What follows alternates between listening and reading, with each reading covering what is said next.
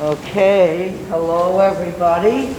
I'd like to introduce you to Lindsey-Kay Lauderdale, and she is going to speak to us about a new invariant on a generalized quaternion group. Okay, thank you very much, and take it away. Thank you so much for coming. Thanks for having me. So I'm going to speak about the new invariant on the generalized quaternion group. And this invariant was created as part of a summer research opportunity for undergrads. So me and Chris co-mentored the three other students you see there, Megan, Ethan, and Nick. So let me begin with some motivation behind this invariant. So in 1936, it was asked which finite groups can be realized as the automorphism group of some graph. And so automorphism group, we're looking at the set of adjacency preserving permutations of the vertices. And 3 years later, it was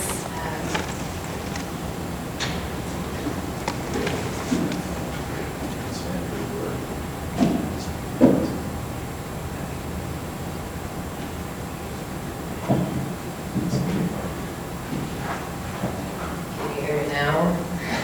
Okay. I don't think that one works. Yeah. Right, so 3 years later it was answered, every finite group can be realized as the automorphism group of some graph. So naturally this gave rise to many different extremal problems in graph theory. And if you're given a finite group, you can actually construct infinitely many graphs with a prescribed automorphism group. And so you can construct graphs with a prescribed automorphism group of arbitrarily large order, size, genus.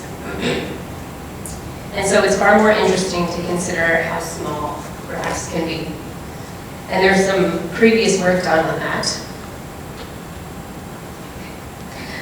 So for a finite group G, we'll let alpha G denote the minimum number of vertices among all graphs gamma whose automorphism group is isomorphic to G. And I'll share some results about this invariant. The first is that if G is different from the cyclic group of order 3, 4, or 5, then this invariant is bounded by twice the order of the group. In those three exceptional cases, it's 3 times the order of the group. For most finite groups, you can improve this bound, and you get alpha G is at most the order of the group.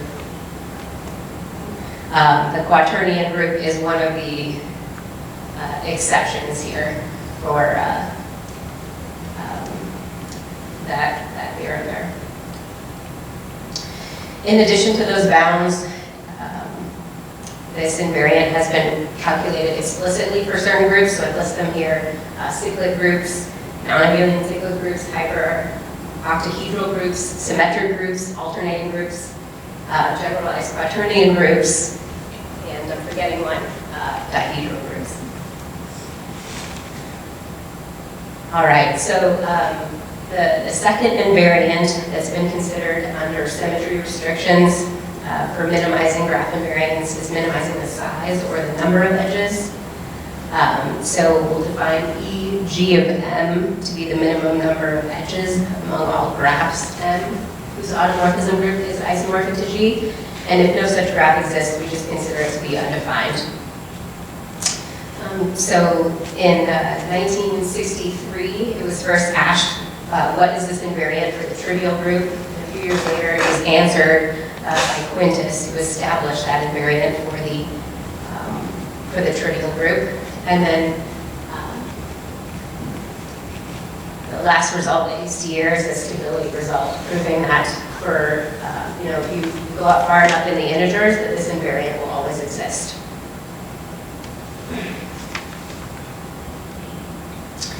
So in addition to those results, this invariant has been calculated for some specific groups as well. So the identity group, like I just mentioned, symmetric groups, just the cyclic group of order 3, the other abelian groups are still open. The dihedral group, the hyperoctahedral group, and then the generalized quaternion group.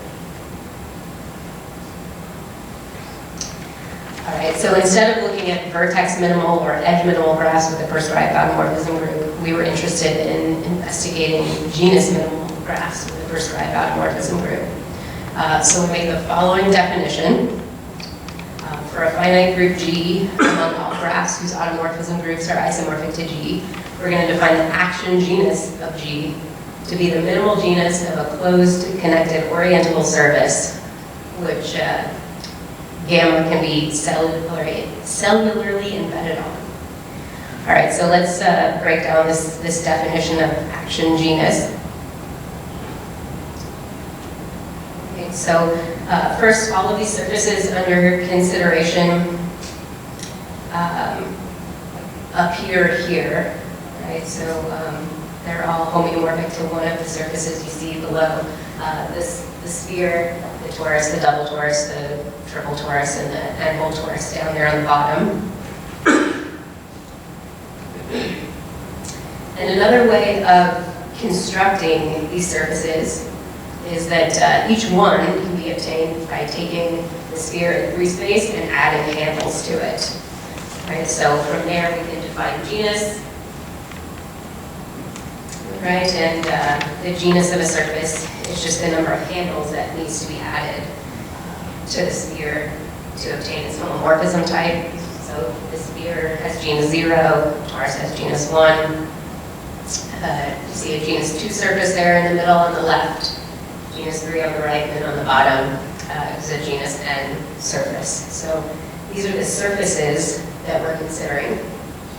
Right, so that explains the part in red there. Now let's focus on the cellularly embedded section.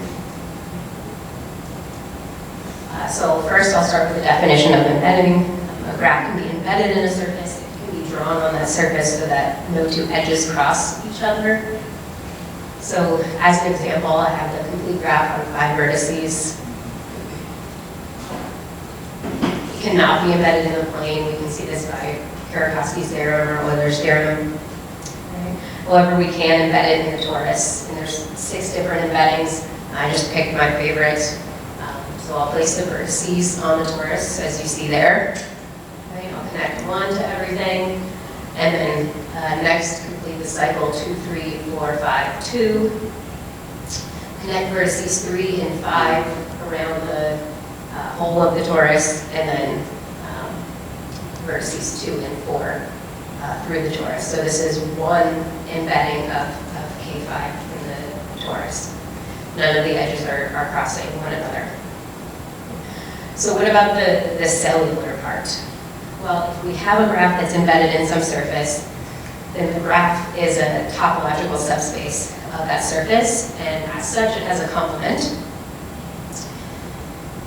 So the embedding is cellular if the complement of the graph in the surface is homeomorphic to a disjoint union of disks.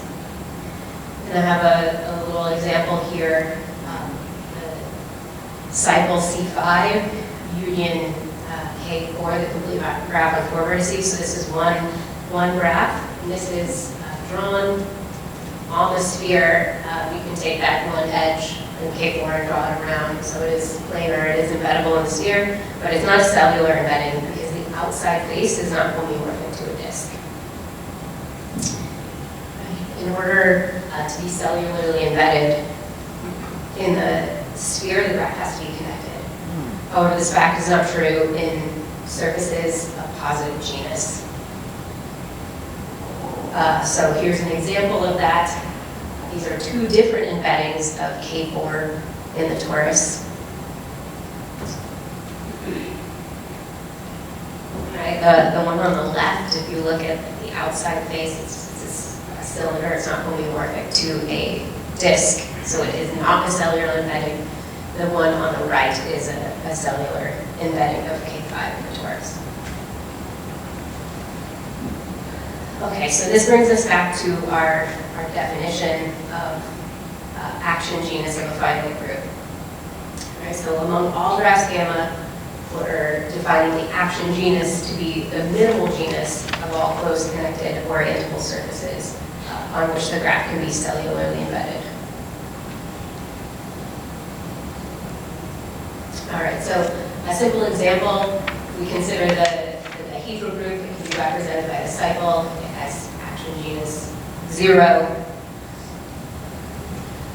Any cyclic group is also going to have action genus 0. So here's an example. If you start with the 5 cycle and you add to each side those 2 triangles there, you're destroying the flip from the cycle.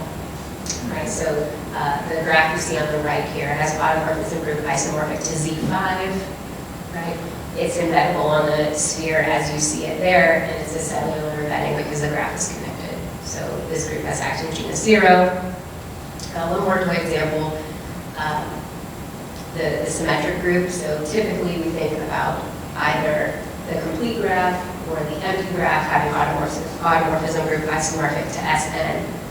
Right? However, the complete graph has a very large genus. It's on the order of n squared, and the empty graph is not cellularly embeddable. Right? So none of those graphs are helpful here, but we can use the star, right, to show that the action genus of Sn is 0. All right, so this brings us to the Quaternion group. So there's a presentation that I will use to illustrate the symmetric group. Okay, so first thing we need is a graph. So here's the graph construction for n bigger than or equal to 4. I'm going to set capital N equal to 2 to the n minus 1.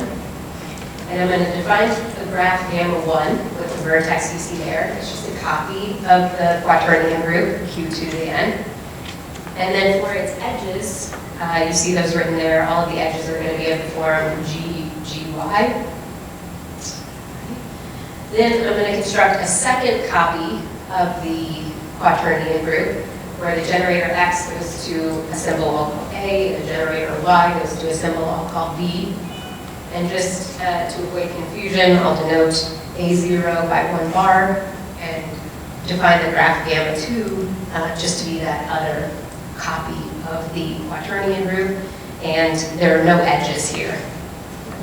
So finally, I'm going to union those 2 graphs together, and I'm going to add 3 more edge orbits into this graph. And so you see those there. They're going to be of the form GH, GHA, and GHB. So this graph has 2 to the n plus 1 vertices. And its automorphism group is isomorphic to Q2 to the n. You can see this by construction. Q2 to the n is a subgroup of the automorphism group of this graph, and then you can use the orbit stabilizer here to show there aren't any extra automorphisms. All right, so here's an illustration of that construction for n equals 4. So I'm starting with 1 copy of Q16. And I'm going to include 1 edge orbit that's generated by the edge 1y. And then I'll construct gamma 2, which is another copy of Q16, has no edges. I'm going to take the graph union of those and then include the original 16 edges generated by 1y.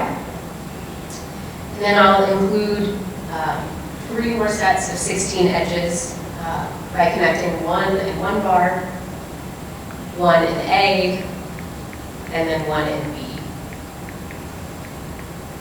So this graph that you see here has automorphism group isomorphic to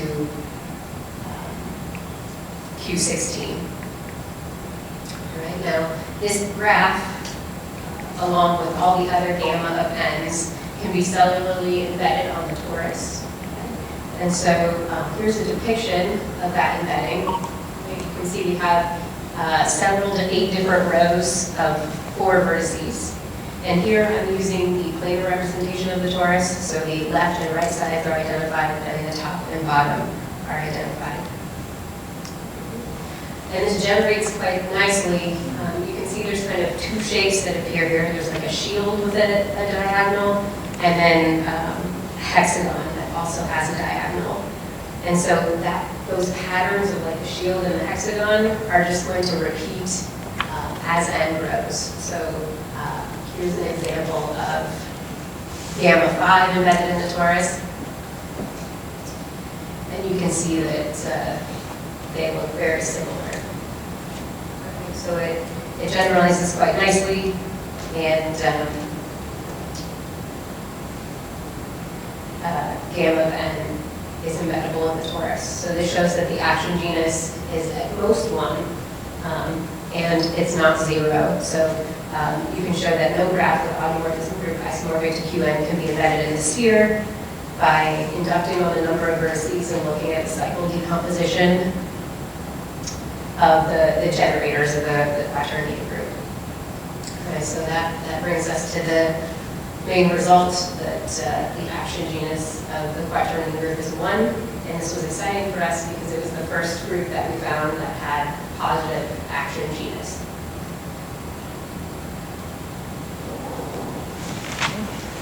All right, so I'd like to thank my sponsor, NSF. I put the 2 grants that funded this project there. Thank you for listening. Thank you very much. Are there any questions? So you're considering the generalized quaternion groups with exponent 2 to the n. What happens if you consider the one with exponent 2n instead? Do you allow n to be an odd number or not a power? Sorry. Yeah, so you're instead of looking at powers of 2, you look at general even numbers. Right, so I believe that the question is, instead of looking at the generalized quaternion group, if you generalize to what's called a dicyclic group. So instead of insisting that the group is a 2 group, you're now going to allow the order to be any even number, right? I don't know, is the answer. Presumably they have positive action genus, but I don't know. We did not look at the dicyclic groups. I guess the follow-up question, what motivated you to consider this family of groups in particular? What made them a natural object of study or natural generalization or natural next step? Right, so after we made up this invariant, I think the natural thing to do is progress by the orders of the groups. So we start with groups of order 1, groups of order 2. So you get to order 8, and you have abelian groups, which are 0, symmetric groups, and dihedral groups. So then that takes you all the way up to order 8, where you hit the quaternion group of order 8. It's also my favorite group, so there's that. That's why this was the first family of groups that we considered next after dicyclic, symmetric, and abelian.